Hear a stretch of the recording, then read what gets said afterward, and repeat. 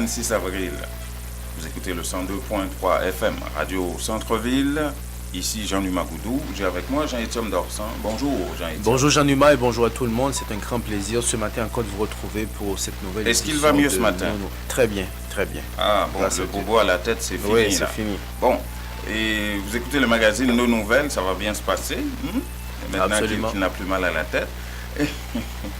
Vous écoutez le magazine Nos Nouvelles apporté par Intexto. Nous sommes également en direct sur Facebook et nous serons en différé sur WhatsApp, YouTube. WhatsApp pour envoyer vos commentaires 438-395-1256. Alors, qu'est-ce qu'on aura ce matin dans l'actualité à l'occasion de ce magazine Nos Nouvelles apporté par Intexto? Sur le plan local, on va vous parler encore d'emploi. Hein? Oui. Pourquoi on vous parle autant d'emploi? Parce que plus de 15% des immigrants sont au chômage. Enfin, le taux de chômage, disons, des immigrants, c'est 15%. Donc, il faut absolument faire la promotion de ce qui existe comme emploi, des trucs, comment faire ça. Et ce matin, on va vous parler d'un organisme qui se trouve dans la ville de Québec et qui a été chargé par Emploi Québec de venir chasser des têtes d'immigrants ici à Montréal pour les amener travailler, s'établir à Québec dans des entreprises. Il y avait une foire qui s'est tenue début du mois d'avril. Alors, on va vous parler du résultat de la foire et comment appliquer, et ça se poursuit, cet organisme-là continue ce travail-là. On va vous parler de ça. Et on va vous parler de Montréal-Nord aussi, ce matin. On va vous parler de Christine Black, qui est très présente, la mairesse de l'arrondissement, qui est très présente sur les réseaux sociaux. Justement.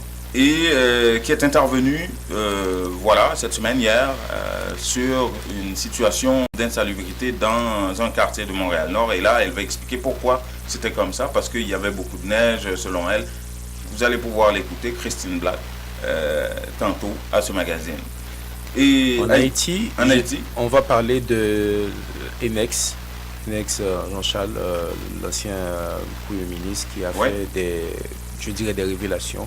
Oui, qui a parlé de son expérience comme Premier ministre, qui n'a pas duré longtemps, à peu près 1 an, avec Jocelyn Privert, qui explique, qui nous amène dans les rouages de la politique haïtienne pour vous expliquer comment ça marche.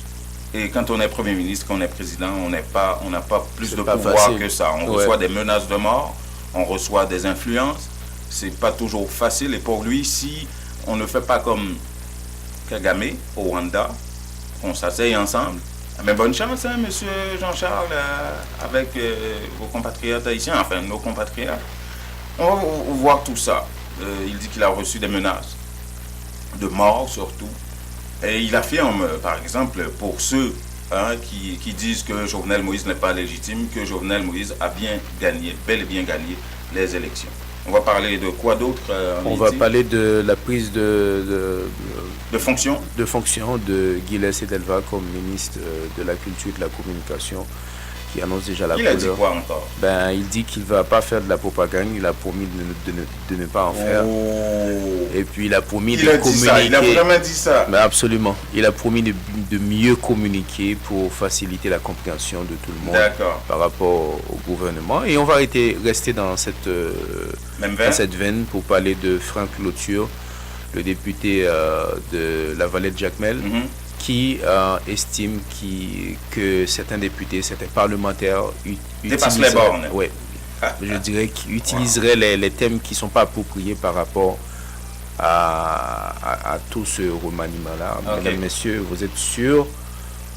Le 102.3 Radio Centre-Ville, aux heures de Nos Nouvelles. Restez bien avec nous. On vous revient tout de suite pour la suite des choses. Ah, vous ne saviez pas? Digicel vous apporte de super forfaits incluant Internet, appels et SMS. Et ces forfaits, vous pouvez les offrir à vos proches en Haïti.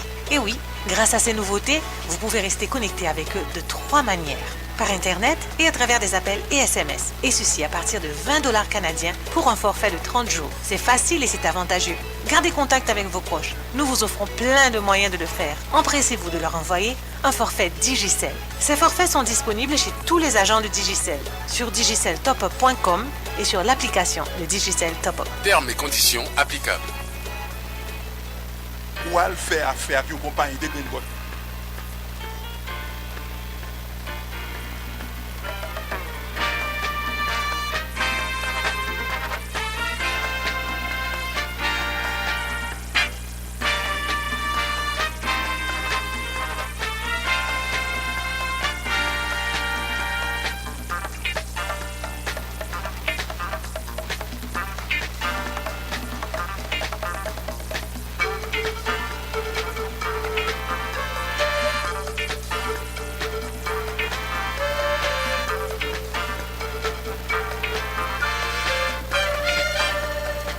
Voilà, vous écoutez le 102.3 FM, Radio Centre-Ville, c'est le magazine Nos Nouvelles.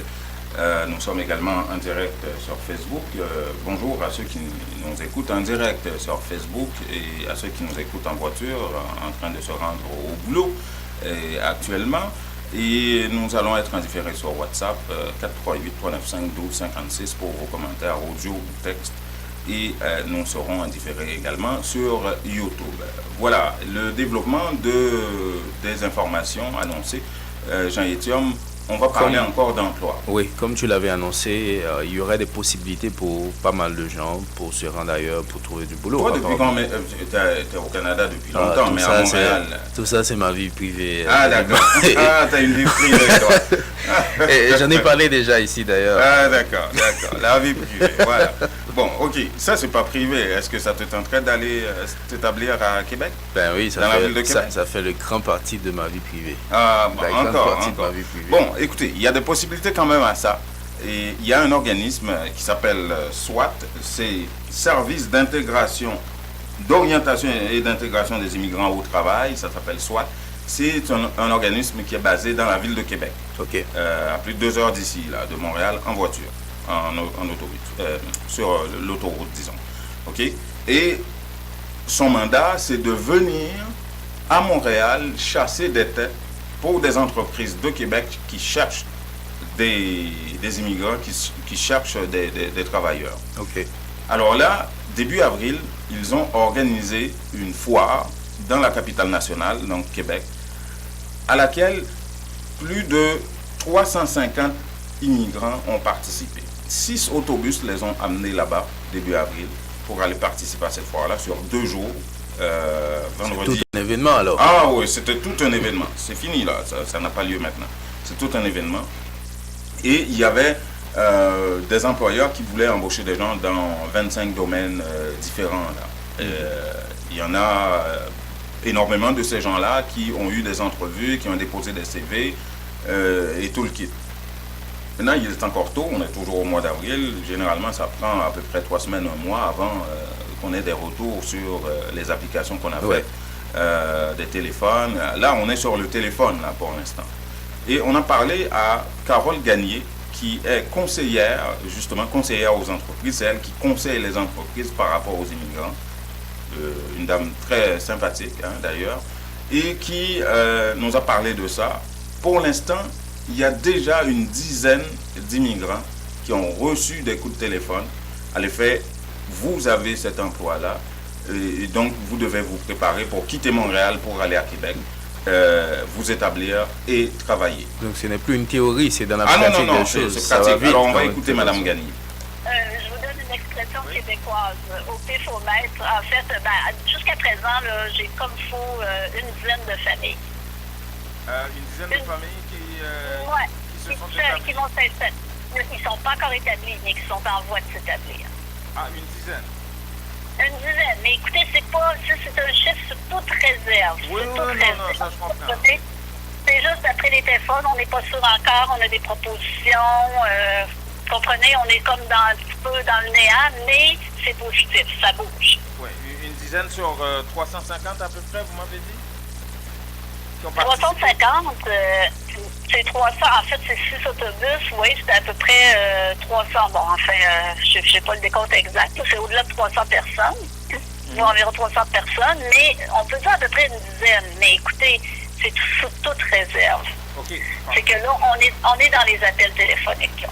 Voilà, on est dans les appels téléphoniques. Une dizaine de personnes ont été déjà contactées. Mais c'est quoi la suite des choses? Il y a d'autres informations à comprendre sur ce système de... Oui, c'est que la foire, c'était sur 2 jours et puis ça a eu lieu début avril. C'est fini, là. Il n'y a pas une foire sur l'emploi à chaque fin de semaine à Québec. C'est pas ça la question, là.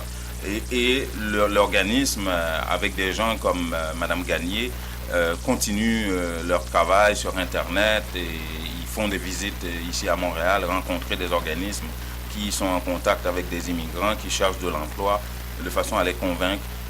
Madame Gagné nous a confirmé aussi que, évidemment, il y a des communautés qui n'arrivent pas à percer ou à atteindre ou à joindre jusqu'à présent, parce qu'il y a quand même beaucoup de communautés culturelles, que ce soit des Haïtiens, des gens de toutes origines qui sont arrivés ici, notamment des demandeurs d'asile qui cherchent de l'emploi et des choses comme ça. Bon, et maintenant, quoi faire? C'est ça que Mme Gagné va nous expliquer. On peut les appeler, on peut aller déposer son CV sur leur site internet. Elle va expliquer tout ça et comment est-ce qu'on peut faire ça. Alors, ils vont nous appeler directement au SWAT. Si je peux me permettre de vous donner le numéro de téléphone. Oui, allez-y. Alors, ce sera dans le 418, le 648-0822. Alors, on demande à parler aux services aux entreprises et de là, un conseiller va leur être attitré. Va pouvoir également discuter des postes. Mais aussi, ce qu'on disait aux candidats au futur, c'est de déposer leur CV. Ça, c'est très, très important sur le site du SWAT. Parce que nous, c'est des banques de candidatures auxquelles, lorsque les entreprises de Québec nous demandent de recruter pour eux, on va dans cette base-là. Donc, on peut, comme on dit, on trouve des perles rares. Alors ça, il faut aller sur le site du SWAT.Québec. Le SWAT, S-O-I-T, .Québec sans accent. Alors, allez là-dessus, vous allez pouvoir visualiser les postes qu'on a en cours. Des fois, s'il arrive qu'on n'a pas le poste, écoutez, déposez la candidature, le CV, faites le profil le plus précis possible. Alors, nous, quand on a des demandes, à ce moment-là, le nom va ressortir. Ou également, on peut rentrer en communication et si jamais on n'a pas le poste, des fois, on peut chercher aussi l'entreprise pour faire le fit avec le candidat. Voilà, c'est clairement dit. Toutes les indications sont là, les numéros de téléphone. Les gens qui souhaitent se rendre à Québec pour trouver un emploi, il y a l'opportunité là, est bel et bien là. Il y a des emplois là-bas, apparemment. Et alors que, ici à Montréal, on se crêpe le chignon pour trouver un emploi ici. C'est quoi? C'est 15% le taux de chômage pour les immigrants, c'est 15%. Au Québec, en majorité, c'est à Montréal où les immigrants se concentrent et n'ont pas tendance à se rendre en région, là. Vous voyez? Donc, on pourrait peut-être revenir un peu plus tard. On va revenir dans les commentaires avec un aspect, Jean-Étienne, oui. Non, je t'écoute. OK. Avec un aspect, puisque parallèlement, paradoxalement, disons-le, fin mars, le gouvernement du Québec a promis ou a annoncé un investissement de 12 millions de dollars à la ville de Montréal pour l'aider à intégrer ces immigrants sur le marché du travail. Entre-temps, il y a la ville de Québec qui vient chercher des immigrants ici à Montréal. Les perles rares. Oui. Et puis on va voir comment c'est un petit peu la guéguerre entre Québec et Montréal pour les immigrants. Montréal qui a du mal à les intégrer et Québec qui veut les avoir. Je vais les avoir de toutes les façons. Voilà. Et si on parlait de Montréal-Nord, justement, là où on est avec la mairesse. Oui, la mairesse Christine Black. Omniprésente sur les réseaux sociaux. Elle aime ça, puis c'est bien correct aussi. Christine Black qui a dû intervenir publiquement sur les réseaux sociaux pour prendre un petit peu le contre-pied d'une vidéo qui circulait sur les réseaux sociaux à propos d'un quartier de Montréal-Nord où il y aurait beaucoup d'insalubrité, c'est pas nettoyé et tout ça. Qu'est-ce qu'elle a expliqué au juste? On va l'écouter, mais ce qu'elle dit en gros, c'est que on venait de sortir, l'hiver était long, on venait de sortir d'un hiver assez long, il y avait encore de la neige à certains endroits. Et les équipes de la ville n'étaient pas encore à pied d'œuvre pour nettoyer la ville. Et c'est la seule raison qui fait en sorte que ce quartier, où il y avait des immondices qui jonchaient le pavé, en fait, c'est la seule raison qui expliquerait ça. On va écouter Christine Black. Et dans le fond, aujourd'hui, j'ai vu tout comme vous la vidéo qui circule justement sur la malpropreté dans le secteur. Et là-dessus, j'avais quelques petits mots à vous dire. Donc, la première chose, le premier constat qu'on a à se faire, c'est qu'il ne faut pas oublier qu'il y a à peu près une semaine et demie, il neigeait encore au Québec et à Montréal. Alors, c'est sûr que la neige a fondu très, très, très rapidement dans les derniers jours, ce qui fait en sorte qu'on doit réagir très rapidement, justement, pour faire en sorte que le ménage soit fait partout dans l'arrondissement en même temps. Alors, nos équipes sont à l'œuvre déjà depuis la semaine passée, justement, pour faire en sorte que le grand ménage commence un peu partout dans nos rues. Et les propriétaires ici, au coin Roland-Pascal et Lapierre, ont été mis au courant la semaine passée de l'état de leur terrain et que nous, on souhaitait grandement que justement le ménage soit fait. Alors, et que sinon, ensuite, il y a des amendes, etc. Donc, les démarches avaient été faites. Et de notre côté, au niveau des lieux publics, justement, on est en train de travailler. Et dès ce soir, en fait, par rapport à l'état de la situation, donc je l'ai pu le constater de moi-même. Donc, nous, il va y avoir un ménage qui va être fait dès ce soir. Et rassurez-vous, avec ma collègue Chantal Rossi et René-Chantal Beninga, on sera ici demain pour s'assurer que vraiment tout est correct et tout est redevenu propre. Parce que la promesse est bien faite. Ouais. On va voir ce que ça va donner très bientôt. Christine Black, mairesse de Montréal-Nord, qui intervenait sur ce sujet assez particulier de propreté d'un quartier de Montréal-Nord. Elle a été claire dans ses explications, mais ça reste à voir. Voilà.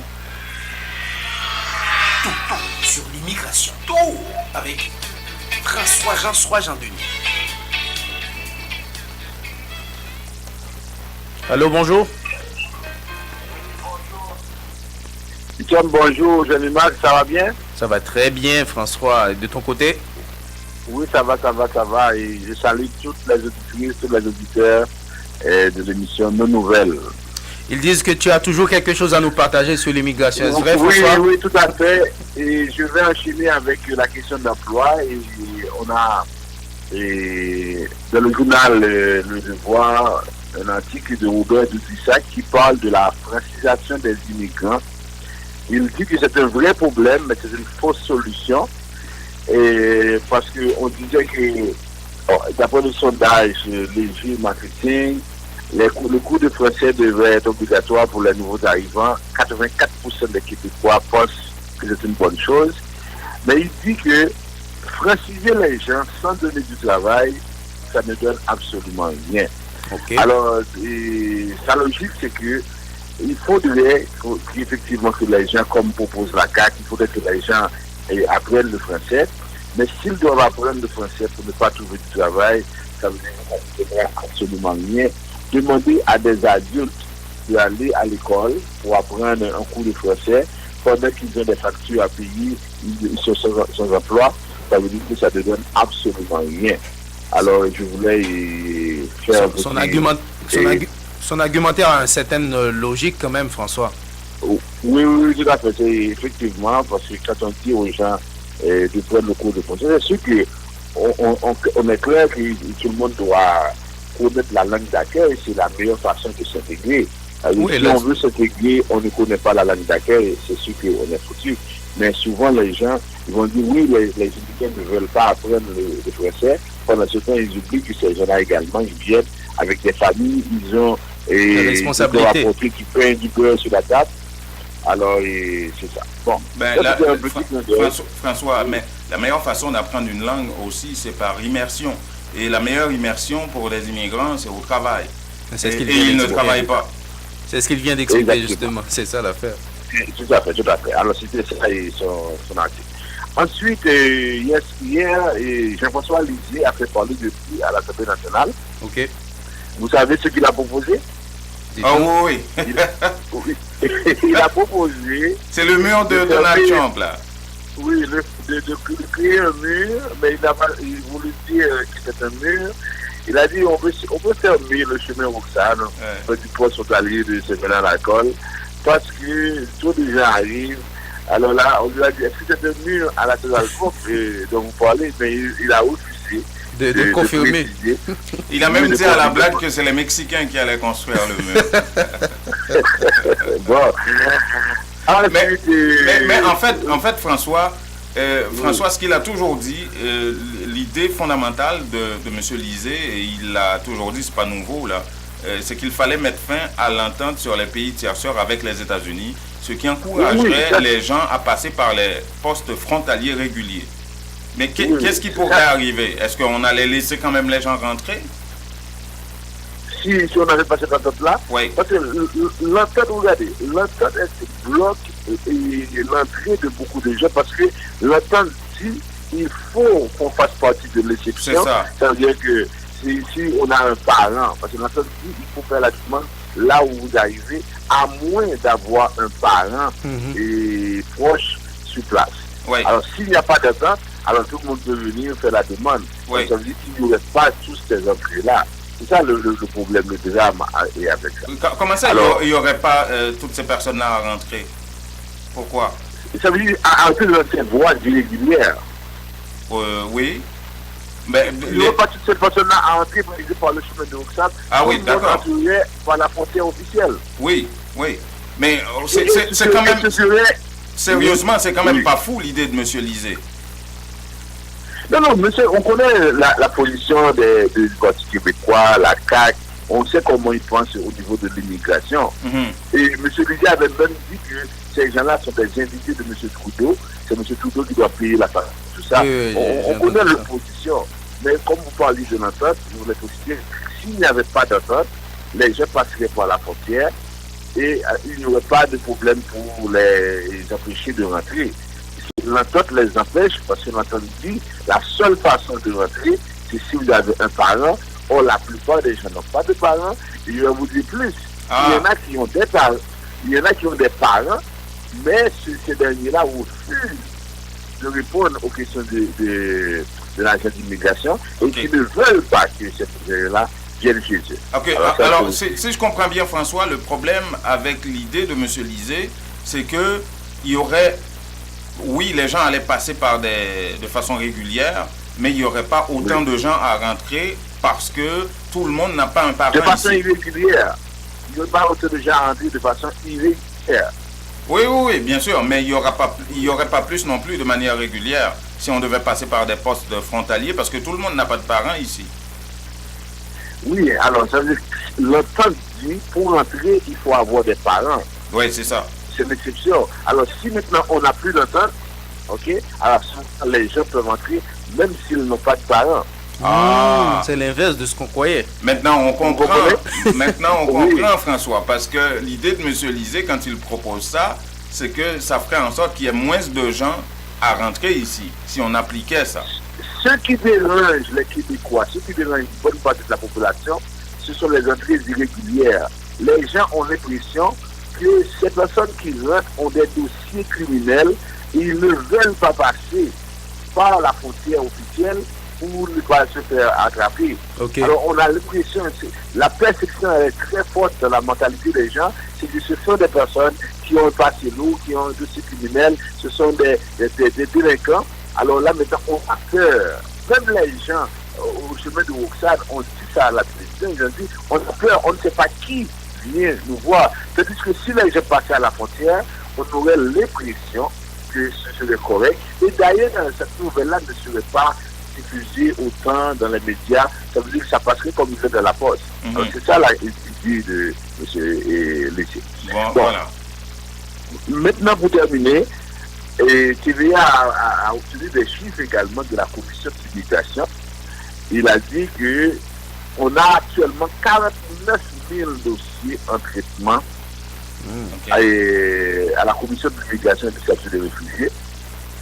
Et l'année dernière, à la même période, on avait 21 130 dossiers. Bon, c'est pas étonnant. Oui, et en même temps, il dit que jusqu'à présent, on a réglé 2600 dossiers. Seulement. De toutes les personnes qui sont venues. Là, on commence à parler.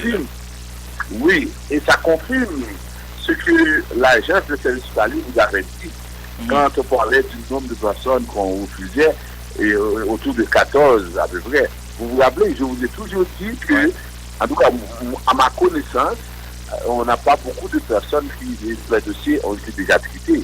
Alors ça veut dire que là on a près de 49 000 en essence. Alors il ne s'agit pas uniquement des gens qui sont passés par la frontière. Oui, la plupart des gens qui sont rentrés l'année dernière, il me semble que ça prend à peu près un an minimum avant qu'on obtienne une audience là maintenant. Oui, mais 18 mois, et même 18 mois, 20 mois. Alors ça veut dire que ces gens-là n'ont pas encore été à l'audience. Ça veut dire que le chiffre de 14 qu'on vous avait donné paraît très logique. Ouais, ben, ça va commencer à gonfler d'ici l'été prochain, hein, François? Bon, oui, tout à fait. Voilà. Tout à fait. Et merci beaucoup, François Jean-Denis. Merci, merci à Jean-Michel et à vous tous. Et on se vous parle demain matin. Demain. Oui. Tout sur l'immigration. Tout avec François Jean-Denis. Ah, vous ne le saviez pas? Digicel vous apporte de super forfaits incluant Internet, appels et SMS. Et ces forfaits, vous pouvez les offrir à vos proches en Haïti. Et oui, grâce à ces nouveautés, vous pouvez rester connecté avec eux de 3 manières. Par Internet et à travers des appels et SMS. Et ceci à partir de 20 $ canadiens pour un forfait de 30 jours. C'est facile et c'est avantageux. Gardez contact avec vos proches. Nous vous offrons plein de moyens de le faire. Empressez-vous de leur envoyer un forfait Digicel. Ces forfaits sont disponibles chez tous les agents de Digicel, sur digiceltopup.com et sur l'application de Digicel Top Up. Termes et conditions applicables. Ou à le faire affaire avec une compagnie de graines gauche tête pauvèche pour régler le dossier immigration au Canada pour des cafés économie bout de chandelle ou à venir plein on prend refus parce que dossier mal préparé, formulaire était mal rempli ou même qui devait ça me parlé. Tu vois, pour le même genre de dossier, si Georges WhatsApp, Fanny, Madame Joe Facebook et moi-même avions tous obtenu satisfaction pour avoir fait affaire avec Vision Max Service, cabinet spécialisé en immigration. Vous qui rêvez d'immigrer, d'étudier au Canada ou tout simplement de visiter le pays, Vision Max Service, vous comptez demander un super visa, venir investir ou vous établir en tant que travailleur qualifié. Vision Max Service, un label de qualité. Vision Max Service, c'est le travail de professionnels qui étudie, traite, suivent votre dossier. Il vous conseille, vous encadre, vous accompagne dans toutes vos démarches pour des résultats 100% excellents. 273 Lalu, coin Ruelle Vaillant, Port-au-Prince, téléphone 48 20 78 18 22 09 76 82. Que regardez-vous sur votre tablette? Une annonce incroyable. Réduction, rabais à gogo, prix PI. Cosmétique multi-ethnique à baisse ses prix et ça ne va pas s'arrêter. Les prix les plus bas. L'entrepôt des produits de beauté, c'est aussi de nouvelles promotions comme les tresses expression liquidées à seulement 4,25 $. Cosmétique multi-ethnique, une vaste sélection de styles, de marques et de types de produits de beauté en tout temps. Si vous trouvez moins cher ailleurs, Cosmétique multi-ethnique vous rembourse le double la différence. Cosmétique multi-ethnique 42,90 et Bélanger à l'est du boulevard P9. Téléphone à 514 89 549. J'adore Cosmétique multi-ethnique. La beauté, à petit prix, ça marche. Un événement évangélique gigantesque s'en vient à Montréal. Les femmes de la mission apostolique des Assemblées des Saints organisent une semaine de réveil, 3 jours de conférences sous le thème « Le rôle de la femme au sein de l'Église ». Du jeudi 19 au lundi 30 avril 2018 inclusif. Chrétiens, fidèles, frères et sœurs, bien-aimés serviteurs de l'Éternel, en foule. Venez au 8350 du boulevard Saint-Michel voir et entendre pour la première fois à Montréal le groupe prophète-prophétesse Abraham S. et Youdline Madet. Séance de guérison, de délivrance, soirée d'adoration, de louange, dans la présence de Dieu pour recevoir l'onction du Saint-Esprit. Information 514 679 89 32.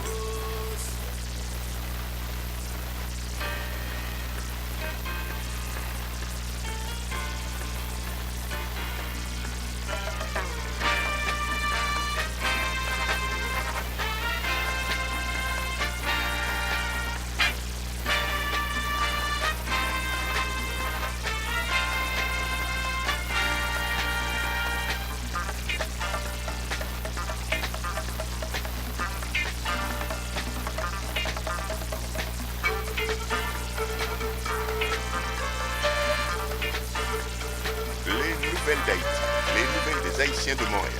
Intexto vous les apporte tous les matins.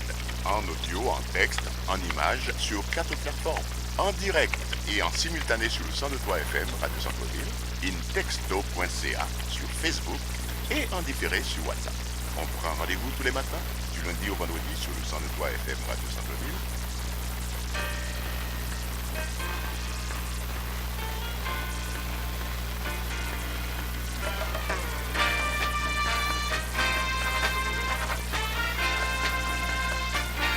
De retour pour la suite de ce numéro d'information, mesdames et messieurs. Merci de rester toujours avec nous. Jean-Numa, on va faire un tour en Haïti pour parler un peu de l'actualité avec justement une information des révélations de l'ancien Premier ministre Enex Jean-Charles.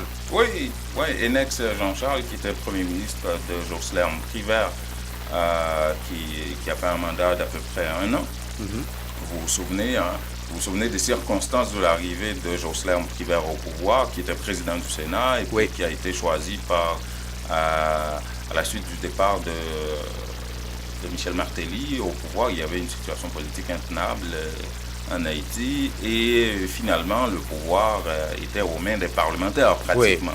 Oui, pour faire la transition. Et c'est pour ça que vous allez remarquer qu'aujourd'hui les parlementaires ont pris goût à ça et essayent de garder un certain nombre de pouvoirs qui appartiennent à l'exécutif. On va en parler en détail. On reviendra dans les commentaires autour de ça, mais ce qui est arrivé, c'est que Enex Jean-Charles a parlé sans détour, sans pourtour et sans contour de son expérience comme Premier ministre. Il dit, écoutez, dans ce pays-là, quand vous vous faites appeler président ou Premier ministre, vous n'avez pas plus de pouvoir que ça.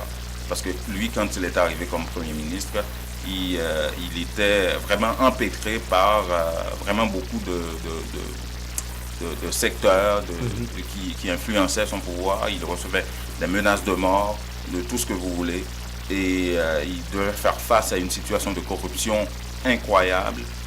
On va d'abord écouter un premier extrait des propos tenus par Enex Jean-Charles qui répondait aux questions d'un journaliste d'une émission de débat, Matin Débat, comme il s'appelle, notre confrère déjà. On va l'écouter, on reviendra avec Lugner Désir, voilà. Prends vacances dans bon mabo ça moun ka gen un coquin c'est marcher dans ministère demander ceci demander cela et pour m'ka faire ceci ou cela pour me dit prends vacances dans bon mabo ça moun ka gen un coquin seulement me dit ça c'est tout ça pour nous faire si nous connaît n'a pas entrer dans petit coquin réuni ti bagay non pas gain aucun résultat parce que m'a dit encore moi-même comme Premier ministre dans le pays d'Haïti, moi ouais que gain un pile cadenas qui serait partout dans le pays pour faire que nous pas faire on pas pour nous déraper, faut nous d'accord pour nous chita parler. Faut nous chita parler, nous mettre sous table toute bagaille. Si nous ne pas faire ça, nous ne pouvons pas aller aucun côté, quel que soit le monde qui prie. Mais je pense que en fait, le dialogue suffit, nous sommes parce qu'on n'a pas les d'intérêt. Oui. Et comment c'est bien, comme ça l'avait dit, de gros intérêts, en pile l'argent, et en pile pouvoir tout. Est-ce qu'on dialogue seulement suffit? Parce qu'il y a des gens justement qui ne peuvent pas avoir en Haïti. Il y a des gens qui viennent de gros intérêts dans le pays, mais qui ne sont pas haïtiens, et qui ne peuvent pas vivre en Haïti, qui ne peuvent pas en Haïti. Est-ce qu'on ne peut pas croire que ça, son démarche d'aller pile même que le dialogue? Eh bien, juste. Ils sont comment au petit matin là? Oui, c'est ça. Comment au petit matin là? C'est ça, c'est ça, me vivre. C'est ça, me vivre. Moi-même, moi pas haïtien qui pique crétin dans le pays. L'homme paraît me note dans le bras. Moi, Premier ministre dans le pays, moi qui ça gagne. Moi, ouais qui ça en face. Moi, dans tout coin, moi, nous pas parler. Moi-même, moi, chita avec président Privert. Je dis président Privert, quel que soit le monde qui a brûlé nous tout partout pour mener nous sous chemin, faire coquin. On chita, nous pas entrer dans coquin monde. On quitter que c'est le monde qui passe dans l'élection qui gagne. Voilà, Enex l'enfer dont il vivait, définitivement. Ouais. Et Enex Jean-Charles, parmi les gens qui l'influençaient, ou les secteurs qui l'influençaient, ou qui le menaçaient, ou l'influencer dans le sens de lui offrir des avantages, sinon s'il n'acceptait pas ces avantages, il y avait des menaces. Allant jusqu'à des menaces de mort sur lui. Il y avait le Parlement aussi. Beaucoup de pression. Oui, il y avait le Parlement, il y avait des secteurs politiques, des secteurs économiques un peu partout qui soit l'influençaient ou le menaçaient pour aller dans telle ou telle direction au lieu d'une autre. Ça, il l'a dit. Et Enex Jean-Charles a même révélé qu'on lui a proposé de devenir président de la République, ce qu'il avait refusé. Écoutons-le. Moi-même, ça arrivait que mal dormi la caille moi avec l'idée que demain m'a diriger le pays. Est-ce que en fait, l'information nous-mêmes, nous avons dans matin débat, en fait, nous pas confirmer, en fait, nous pas parler de lui. Est-ce que tu es dans le moment où tu proposé pour devenir président sous prière? Naturellement. Mais comment pour le faire pas confirmer? T'es gagné un communiqué signé par le président du Sénat et le président de la Chambre des députés qui déclarait que mandat président fini, que c'est moi qui en charge. Donc c'est un document officiel. Okay. Ça même devait dire, c'est que chance pays a gagné dans le moment ça. Il y a deux personnes qui n'ont pas d'ambition pour voir. Par exemple, il y a ici, oui, président, oui, oui, et Nex Jean-Charles. Oui, et Nex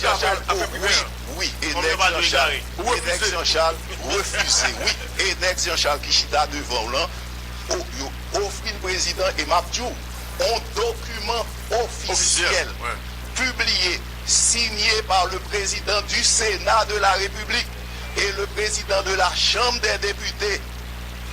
Officiellement, oui, moi refusé. Et pour qui ça me refusé? C'est parce que je ne sais pas qui ça le poter pour le pays. Je ne sais pas qui ça le poter pour moi personnellement. Il a été assez clair. Hein? Il a été assez clair. On va laisser les précisions pour les commentaires. Il y aura beaucoup de commentaires à ce sujet, évidemment. La seule chose que je voulais rappeler, avant qu'on arrive aux commentaires un peu plus tard, celui-là qui était président du Sénat à l'époque, c'était Ronald Larèche. Oui, ça il faut le souligner. Oui. Alors, reste en Haïti, on va parler un peu de, comme on l'avait annoncé, de Joseph, notre ami Joseph Guillet-Sedelva, le nouveau ministre de la Culture et de la Communication. Qu'est-ce qu'il a dit déjà, tu m'as dit? Il a promis de ne pas faire de propagande d'ailleurs.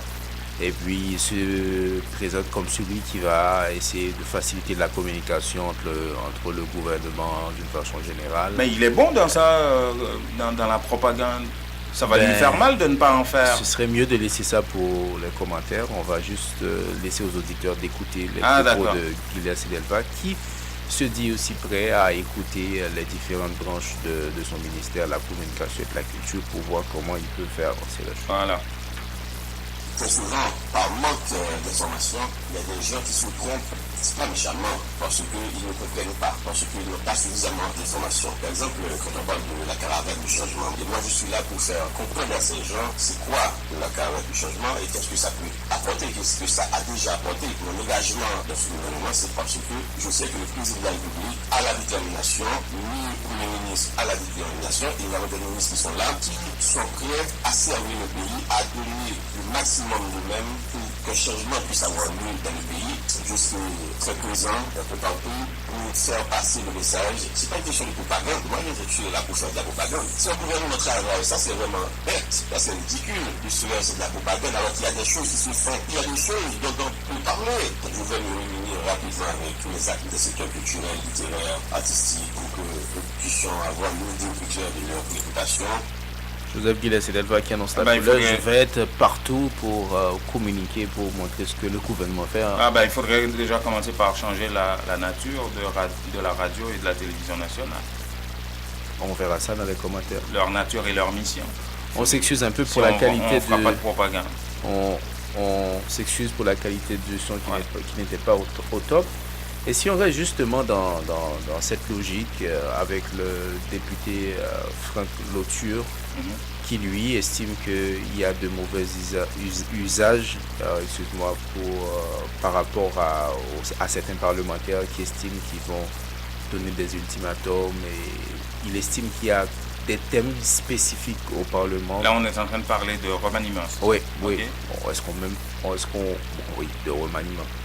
Là-dessus, on va écouter Franck Loture qui apporte des précisions par rapport à toutes ces procédures-là. Procédure, cette question de sommet, c'est pas procédure parlementaire. Je m'attendais de préférence à une autre procédure réglementaire qui consistait plutôt à inviter le ministre à convoquer éventuellement, à user de tout ça la loi bon nous comme pouvoir pour que nous forcer l'exécutif à conformer la disposition constitutionnelle. Est-ce que chaque gouvernement a décidé de pas faire droit avec les démarches là? Chaque gouvernement a intérêt et répondre bien rapide à démarche là, ne serait-ce que pour pas attirer plus hostilité sous décision pouvoir exécutif là pour nommer de monde qui a des suspicions concernant eux. Notamment le tout nouveau ministre de la Culture, il était secrétaire d'État. Nous connaissons qu'un secrétaire d'État, c'est un comptable potentiel de deniers publics qui t'a mérité gain des charges avant qu'il accède à un nouveau poste. Voilà, le député de la vallée de Jacmel, Franck Lecture, qui justement critiquait ses collègues députés qui se proposent de sommer parfois l'exécutif à coup d'ultimatum pour soit faire des remaniements ou pour aller dans leur direction et tout ça. Voilà, il est 7h41 minutes. Vous écoutez le 102.3 FM, Radio Centre-Ville, à l'heure du magazine Nos Nouvelles.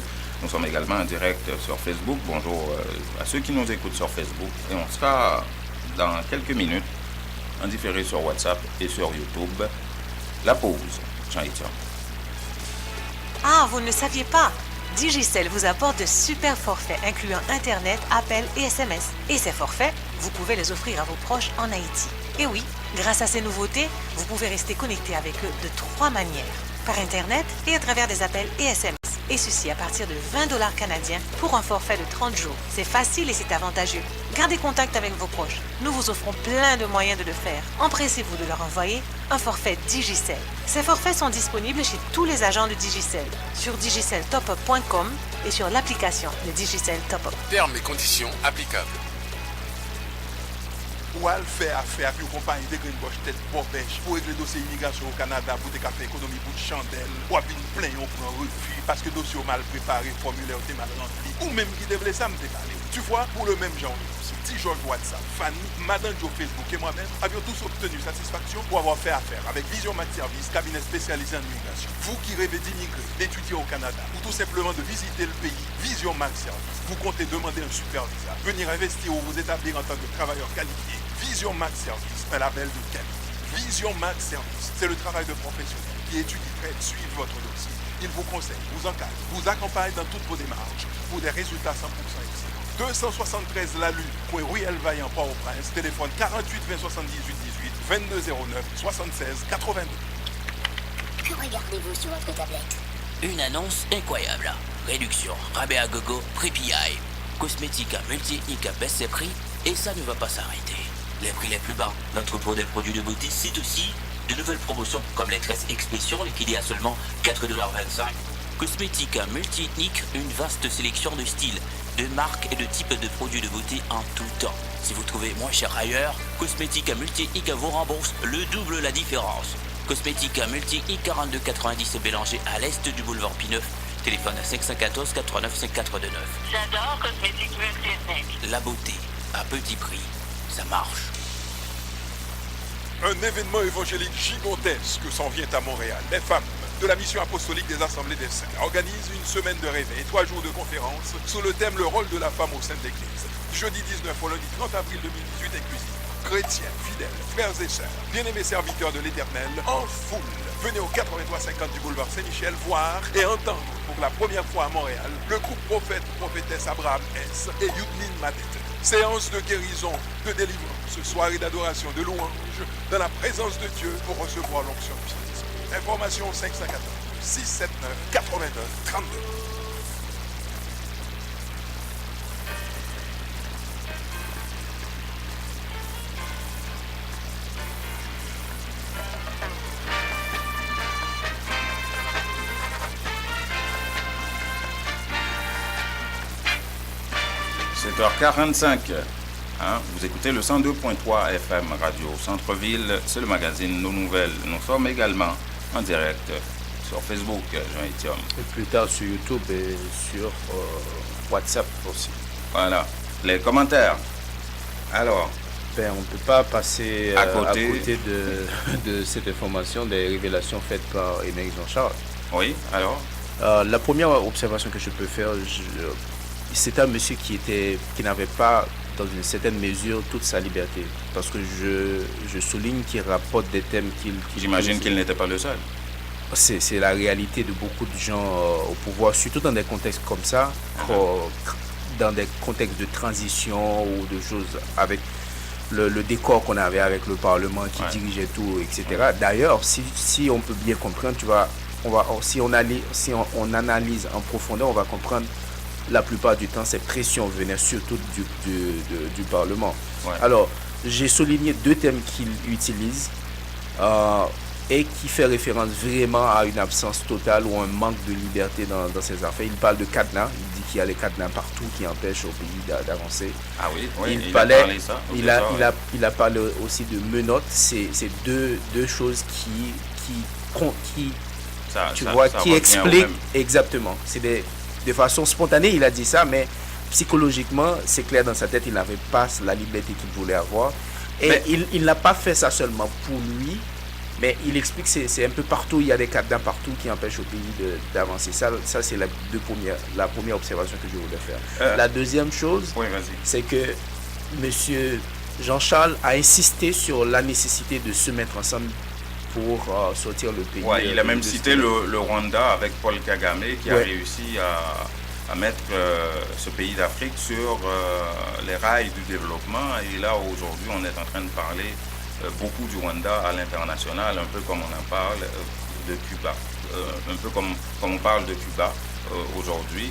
Et la dernière information, c'est que M. Kagame vient de fermer à peu près 6000 églises là-bas, qu'il estime qui participe à cette espèce de zombification de sa population. Bref. Bon, il n'a pas dit zombification parce que j'avais écrit un article sur ça justement pour mon site radioéclat.com. Il a expliqué que le Rwanda n'est pas prêt pour avoir toutes ces églises parce qu'on n'a pas autant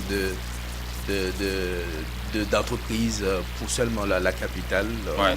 Ça c'est la parenthèse. Ce que je voulais dire, à côté de ces thèmes-là qu'il utilise M. Jean-Charles, pour témoigner de son manque de liberté et inviter les gens aussi à se mettre ensemble pour faire avancer le pays.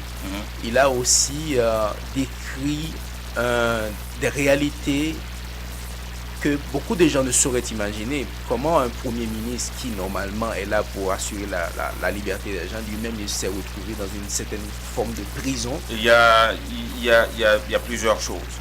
Il y a le fait que, historiquement, et depuis des années, c'était comme ça. Mais tu as évoqué une chose qui était importante, c'était le contexte dans lequel il est arrivé comme Premier ministre. Le contexte faisait en sorte qu'il n'avait pas autant de légitimité et le président non plus avait une légitimité fragile. Une légitimité qui venait du Parlement. Et ce n'est pas une légitimité qui venait des urnes. Oui, ça venait des urnes parce que les parlementaires étaient élus, mais c'était secondaire. Ce n'était pas une légitimité directe de la population parce que les parlementaires, ce sont des mandants de la population qui ont été élus et eux, ils ont pris, sans consulter la population, ils ont pris la décision de donner une légitimité à un chef de l'État plus à un Premier ministre. C'était une situation politique vraiment difficile. C'était bancal, pratiquement. Ça, une fois dit ça, ça fragilisait aussi le pouvoir, que ce soit du chef de l'État et surtout du Premier ministre, Enex Jean-Charles. On pensait pouvoir l'influencer comme ça. Et quand il parle, quand il dit que ça lui arrivait d'aller se coucher le soir avec l'idée dans la tête que demain matin, il allait devenir président de la République d'Haïti, parce qu'on lui a proposé ça. Et il a cité des communiqués qui étaient officiels. On peut les retrouver. Ça ne fait pas plus longtemps que ça. On peut les retrouver dans les documentations d'Haïti. Que le président du Sénat d'alors, c'était Ronald Larèche. Qui, vous vous souvenez, après 3 mois, 4 mois, le mandat de Jocelyn Prévert, c'était à peu près ça. Et on a dit à Jocelyn Prévert que votre mandat prenait fin, qu'il fallait débarrasser le plancher. Et puis bon, voilà, on essayait de rentrer dans la tête d'Enex Jean-Charles qu'il pouvait devenir un président de la République parce que c'est la fin du mandat de Jocelyn Prévert. Et il ne l'a pas accepté. Ce que j'aimerais souligner par rapport à ça, moi je m'attendais effectivement par rapport au contexte, comme on disait tout à l'heure, qu'il y aurait beaucoup de problèmes avec tout ça. Mais justement, en même temps, il se voit menotté, cadenassé. en même temps, il avait des propositions assez, je dirais, intéressantes, dans le sens où tu es Premier ministre, il y a la possibilité pour devenir un président. Tout ça explique le niveau des intérêts personnels qu'il y avait au Parlement. On sait que le Parlement, c'est un espace politique avec des tendances, des intérêts, des réflexions différentes. Tout le monde voulait... écoute, c'est des deals, tu vois. J'ai la possibilité de te faire devenir un président après 3 mois. Il y aura, à côté de tout ça, 1, 2, 3 à faire. Il a expliqué qu'il n'a pas accepté ça. Et apparemment, selon lui, Jocelyn Privé aussi n'avait pas... il ne l'a pas dit très clair. J'ai compris dans ses dires, il avait dit la chance que nous avions, c'est qu'on avait 2 personnes qui n'avaient pas des intérêts personnels à gérer. Mais, donc imaginez toute la pression. C'est comme si on te met dans une situation, tu n'as pas beaucoup d'options, dans le sens on te donne la pression, en même temps on te dit écoute, si tu veux avoir la paix, si tu veux avoir ta liberté, prenez ce poste qui est un peu... En même temps, je m'interroge beaucoup sur cette sortie de Enex Jean-Charles, qui est un monsieur extrêmement réservé, qui a longtemps travaillé au service de protocole, au cabinet, qui quand même, il a traversé des régimes politiques de tous bords et de tous côtés au Palais national, comme chef de cabinet, il est fin diplomate, ce bonhomme-là. Il a traversé au moins 4 à 5 régimes politiques différents, que ce soit Jean-Bertrand Aristide, René Préval, Martelly. Il était toujours un peu à côté ou à l'intérieur. Oui, il était toujours dans l'ombre de ces chefs de l'État-là, jusqu'à devenir un Premier ministre de Jocelyn Privé, dans les circonstances qu'on a expliquées. C'est pour vous dire que c'est un monsieur extrêmement réservé. Et pourquoi il a fait cette sortie cette semaine? Pourquoi? Et à ton avis, qu'est-ce qui pourrait être derrière tout ça? Qu'est-ce qu'il veut faire savoir? Peut-être que lui aussi, il a pris goût dans la politique et qu'il voudrait revenir. Je ne sais pas. Moi, je ne le vois pas de cette manière, tout simplement parce que justement, connaissant le système... Ou que il essaye de défendre Jocelyn Privé, parce que... Je le vois beaucoup plus dans cet aspect-là. Parce que il n'y a pas longtemps, il y a à peu près 2 semaines ou 3 semaines, il y a une information qui est sortie à l'effet qu'il y aurait des chèques zombies, comme on dit chez nous, qui sortaient de la caisse d'assistance sociale, destinés aux plus démunis, aux pauvres, pour les aider. Des chèques, environ entre 80 à 100 chèques que Jocelyn Privé aurait reçus. C'est l'information qu'on a rendue publique en Haïti. Écoutez, il faut prendre ça avec une pincette. C'est clair. Nous, on n'a vérifié rien du tout, mais ça parle en Haïti. Ça parle beaucoup à propos de ça. Moi, je pense que ton premier argument, je ne le crois pas totalement qu'il veut faire un retour en force dans la politique avec juste des déclarations comme ça. Par contre, comme on a expliqué, comme on l'a bien précisé, il ne cite pas à peine des noms. Quand il dit que c'était l'ancien président du Parlement, il dit son nom implicitement. C'est comme si, justement, c'est ce que je t'explique. C'est comme si comment je pourrais dire ça? C'est une mise en garde peut-être. Écoutez, je connais ce que vous m'avez fait, j'ai vos dossiers. Peut-être il y aura un lien avec les histoires de chèques zombies, etc. Si vous pensez que vous allez faire ça comme ça, moi je dirais à tout le monde les choses que vous avez fait au Parlement. Il y a une raison pour laquelle il fait ça. C'est clair. D'abord, il dit que, écoutez, Jovenel Moïse a gagné ces élections. Oui. Alors, les André Michel et compagnie qui n'arrêtent pas de claironner que Jovenel Moïse a un problème de légitimité. Il dit, écoutez, M. Michel, là, tout avocat que vous êtes, fermez-la. Hein? Je comprends. Et là-dessus, est-ce que c'est suffisant pour que Jovenel dise, ok, tu as dit que j'ai gagné les élections, viens, on va te donner un poste, on ne sait pas. C'est clair qu'il veut envoyer des messages clairs à différentes catégories de personnes. La première, c'est peut-être des anciens oppresseurs, si je peux l'appeler ainsi, des gens qui le mettaient les menottes et les cadenas, comme il disait. La deuxième aussi, c'est pour dire, voyez un peu de coup là au gouvernement pour dire, écoutez, moi j'ai compris que vous êtes légitime et puis ou peut-être aussi qu'il qu'il se sent une responsabilité de partager tout ça. Un fardeau, et d'essayer de convaincre tous les secteurs de s'asseoir ensemble. Et c'était ça la base de son intervention, à savoir qu'on n'ira nulle part et qu'il faudrait arrêter toutes ces machinations politiques-là, toute cette machine de corruption également, pour finalement mettre le pays sur les rails. C'est quelqu'un qui a traversé des régimes politiques, comme je vous avais dit, et qui était dans les secrets de ces régimes-là, et qui connaît des choses, et qui, comme Premier ministre, finalement, a compris et a vu toute la potentialité d'Haïti, et qu'on n'arrive pas à mettre de l'avant. C'est peut-être ça aussi.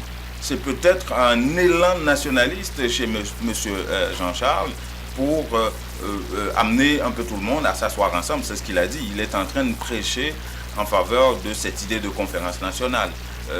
Ou États généraux, appelez ça comme vous voulez. On ne veut pas appeler ça conférence nationale pour ne pas donner le crédit au docteur Thionep Delpé. Mais moi, je préfère appeler ça conférence nationale parce que je n'étais pas encore journaliste.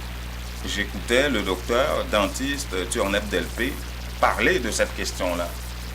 Moi, dès mon plus jeune âge, j'y croyais et je souhaitais que ça arrive, cette conférence nationale. Et merci de me souligner qu'il est 7h57. J'ai failli continuer avec cette idée-là, hein, tu me connais. Mesdames et messieurs, ça a été un grand plaisir de vous retrouver encore ce matin. On va retrouver tout le monde demain pour la dernière édition de la semaine, Jean-Numa. Oui, tout à fait. Demain, c'est la dernière édition de la semaine. On était sur Facebook avec vous. On sera sur WhatsApp 438-395-1256. C'était le magazine Nos Nouvelles sur les ondes de Radio Centre-Ville, le 102.3 FM. Restez branchés cette radio. Il y a une petite campagne de financement, un petit 2. Est-ce que vous avez donné? Ouais. Tu as donné? Il faut contribuer, pas directement. J'en ai donné, mais il manque encore $1 ou 75 sous. Je vais faire l'effort de donner moi aussi, même si j'ai parlé de ça. Merci, mesdames et messieurs. Bonne journée. À demain.